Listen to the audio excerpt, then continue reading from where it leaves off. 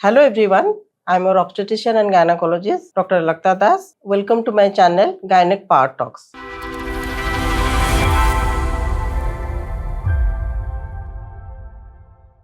So we'll be discussing about the fibroids in uterus, जिसको कि हम लोग कॉमनली जो बोलते हैं कि ट्यूमर्स है हो गया यूट्रस में, और कोई कोई लोग भी बोलते हैं कि स्टोन्स इन यूट्रस, स्टोन हो गया है। तो एक्चुअली में है क्या और लोग इतना डरते क्यों हैं, तो उसके बारे में हम लोग आज डिस्कशन करेंगे। यूजुअली लोग डर जाते हैं कि ये ट्यूमर जो है ये कभी कैंसर में कन्वर्ट हो जाएगा। ये लोगों का सबसे बड़ा क्वेरी रहता है कि मैडम ये कैंसर में तो कन्वर्ट नहीं हो जाएगा। एक्चुअली जो ट्यूमर्स है वो दो तरह के होते हैं। All tumours are not cancerous, सारे ट्यूमर्स जो है कैंसरस नहीं होते हैं। दो तरह के ट्यूमर्स होते हैं, एक जिसकी नॉन कैंसरस है और कुछ ट्यूमर्स होते हैं जो कि कैंसरस है। और जो हम लोग बोलते हैं कि पथरी हो गया यूट्रस में या स्टोन हो गया या ट्यूमर है, वो ट्यूमर्स आर कॉल्ड फाइब्रॉइड्स, जो कि नॉर्मली मसल लेयर से वो अराइज करता है। यूट्रस का जो 3 लेयर है उसमें से बीच वाला लेयर में से यूजुअली अराइज करता है, जो कि मोस्टली नॉन कैंसरस है। लोग जैसे डर जाते हैं अगर 5 साल रह गया हमारा ट्यूमर तो वो उसमें कैंसर आ जाएगा, तो ये बिल्कुल होता नहीं है। कन्वर्ट होता है कैंसर में कब, जब आपका ट्यूमर बहुत बड़ा हो, रैपिडली ग्रो कर रहा है, बहुत ज्यादा मतलब पेन हो रहा है, सिम्टम्स आ रहे हैं। 0.05% चांसेस रहता है कि फाइब्रॉइड्स में कैंसरस चेंजेस होने का। तो नॉर्मली ये कन्वर्ट नहीं होता है, इसीलिए अगर आपके मतलब फाइब्रॉइड्स है आपके यूट्रस में तो आप डरिए मत। तो हम लोग उसको कैसे कैटेगराइज करते हैं और उसका ट्रीटमेंट क्या है, हम लोग ये डिस्कशन करेंगे। कैटेगराइज करते हैं कि 3 तरह का वो फाइब्रॉइड होता है। एक जो आपका यूट्रस है उसके बाहर लेयर से अराइज करता है, एक है जो कि यूट्रस के मसल लेयर से अराइज करता है, और एक यूट्रस के अंदर कैविटी के अंदर की तरफ वो ग्रो करता है। तो ये 3 तरह का वो फाइब्रॉइड्स होता है। तो वो ट्रीटमेंट और जो सिम्टम्स है वो उसी के ऊपर डिपेंड करता है कि कहाँ पे है ट्यूमर, साइज कितना है और आपका एज क्या है, उसके ऊपर हमारा ट्रीटमेंट जो है वो डिपेंड करता है। जैसे आते हैं लोग, सपोज आपका एज 30 है और उसमें 2 to 3 सेंटीमीटर का आपका फाइब्रॉइड निकल गया है एंड आपको कोई सिम्टम्स नहीं है, जैसे आपका साइकिल्स रेगुलर है, आपको ब्लीडिंग नहीं ज्यादा हो रहा है, इंसिडेंटली आपने अल्ट्रासाउंड किया और उसमें छोटा सा फाइब्रॉइड निकल गया, तो उसमें आपको डरने की कोई जरूरत नहीं है। और rate of growth is variable. अगर आपका वेट ज्यादा है, आप ओबेज हो, ओवरवेट हो, तो आपका रेट ऑफ ग्रोथ थोड़ा सा ज्यादा रह सकता है फाइब्रॉइड का। तो इसीलिए कोई एक्टिव ट्रीटमेंट की जरूरत नहीं है। We can go for a follow up ultrasonography after 1 year. अगर आपको उस बीच में सिम्टम्स आ जाते हैं, जैसे आपको पेन हो रहा है या 2 बार आपको महीने में साइकिल्स आ गए या ज्यादा ब्लीडिंग हो रहा है, तो हम लोग 6 महीने में अल्ट्रासाउंड कर सकते हैं। अदरवाइज अगर आप यंग हो और आपका बहुत छोटा सा ट्यूमर है, 2-3 सेंटीमीटर का ट्यूमर है, तो आपको कोई मतलब परेशान होने की जरूरत नहीं है। कभी कभी लोग आते हैं because it is genetically related. कोई आते हैं जैसे बहुत कम एज में, 20-25 एज में या 18 एज में आते हैं और मल्टीपल छोटे छोटे ट्यूमर्स रहते हैं। तो that is generally genetically related. आपके मदर में हो सकता है, सिस्टर में हो सकता है। तो मल्टीपल फाइब्रॉइड्स को हम लोग भी ऑपरेट नहीं करते हैं क्योंकि ये जेनेटिकल रिलेटेड है। इसलिए अगर हम लोग 2, 3, 4, 5 छोटा निकाल देंगे तो ये फिर से अराइज हो सकता है। तो उसका ट्रीटमेंट जो है हम लोग मेडिसिन देके उसका ट्रीटमेंट करते हैं। मेडिसिन देके यूजुअली उसको श्रिंक करके रखते हैं ताकि आपको फ्यूचर में प्रेगनेंसी के लिए कोई प्रॉब्लम ना हो। अगर आपका size of the tumour is more, जैसे 5-6 सेंटीमीटर से ज्यादा हो गया या 10 सेंटीमीटर तक हो गया और आपको सिम्टम्स आ रहे हैं, जैसे कि आपको ज्यादा ब्लीडिंग हो रहा है ड्यूरिंग पीरियड्स, 2 बार साइकिल आ रहे हैं महीने में, आपको ड्यूरिंग पीरियड्स बहुत ज्यादा पेन हो रहा है, डिस्मेनोरिया जिसको हम लोग बोलते हैं, या आपको प्रेगनेंसी कंसीव करने में डिफिकल्टी हो रही हो,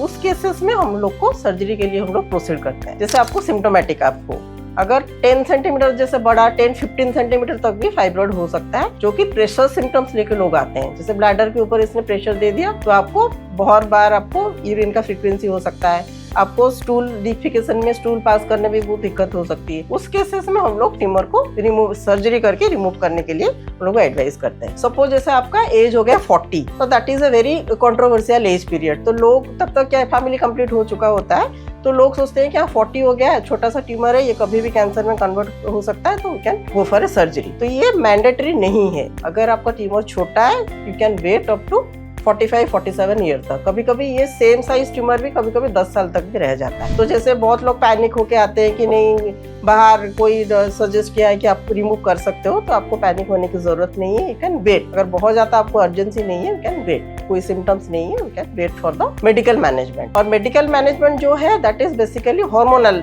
जो टैबलेट्स है, तो हम लोग दे के उसको ट्यूमर्स को मेल्ट नहीं करा सकते हैं। जैसे कुछ लोग पूछते हैं कि मैडम ट्यूमर पूरा मेल्ट होगा कि नहीं होगा, तो that is not possible. Melt नहीं नहीं होता है, वो हम लोग मेडिकेशन देके साइज को थोड़ा सा श्रिंक करवाते हैं, छोटा हो जाता है साइज, लेकिन वो कम्प्लीटली क्यूरेबल नहीं है। सपोज आपका मेनोपॉज होने वाला है, जैसे आजकल मेनोपॉज का एज जो है वो बढ़ गया है, अराउंड 56-58 हो गया है, तो अगर मेनोपॉज के आसपास है तो हम लोग उसको छोड़ सकते हैं, क्योंकि मेनोपॉज के बाद हार्मोन जैसे डिप्लीट हो जाता है तो ट्यूमर अपने आप श्रिंक कर जाता है, तो उसमें कोई सिम्टम्स होता नहीं। तो हम लोग को कोई पैनिक होने की जरूरत है।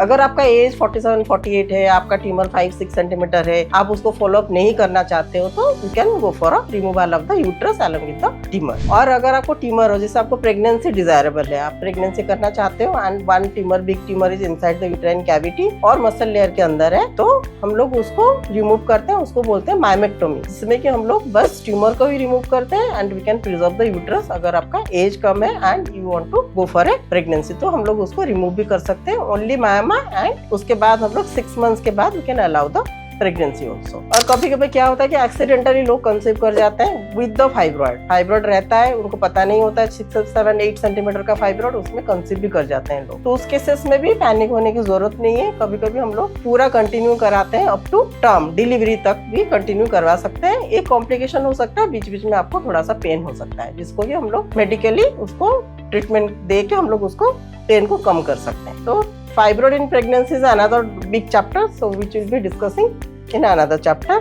फाइब्रॉइड के लिए जैसे मैंने बोला कि कैंसरस कन्वर्सन का रेट बहुत कम है। छोटा साइज ऑफ द ट्यूमर, अगर 1 सेंटीमीटर भी आपका फाइब्रॉइड हो and it is inside the uterine cavity, तो that needs to be treated. उसमें हम लोग को सर्जरी करना जरूरी है, उसको हम लोग हिस्ट्रोस्कोपिकली हम लोग रिमूव करते हैं। We put a camera from below the, मतलब जो यूट्राइन कैविटी के अंदर हम लोग डालते हैं और वो ट्यूमर जो है, छोटा ट्यूमर, हम लोग हिस्ट्रोस्कोपिकली रिमूव कर देते हैं। Basically that is a day care procedure. और सारा जो ट्यूमर्स है हम लोग उसको लैप्रोस्कोपिकली भी रिमूव कर सकते हैं अलोंग विद द यूट्रस, अगर आप यूट्रस रिमूवल करने के लिए चाहो तो। Again will be discharging within 24 hours. जैसे मैंने पहले भी बोल के रखा है कि there will be no scar, छोटे छोटे स्कार्स होंगे, recovery time will be very early, आपको पेन भी नहीं होगा and you will be discharge within 24 hours. So अगर आपको फाइब्रॉइड्स है तो आप पैनिक मत होइए, go for the consultation to your doctor, उसके हिसाब से according to your age and symptoms provide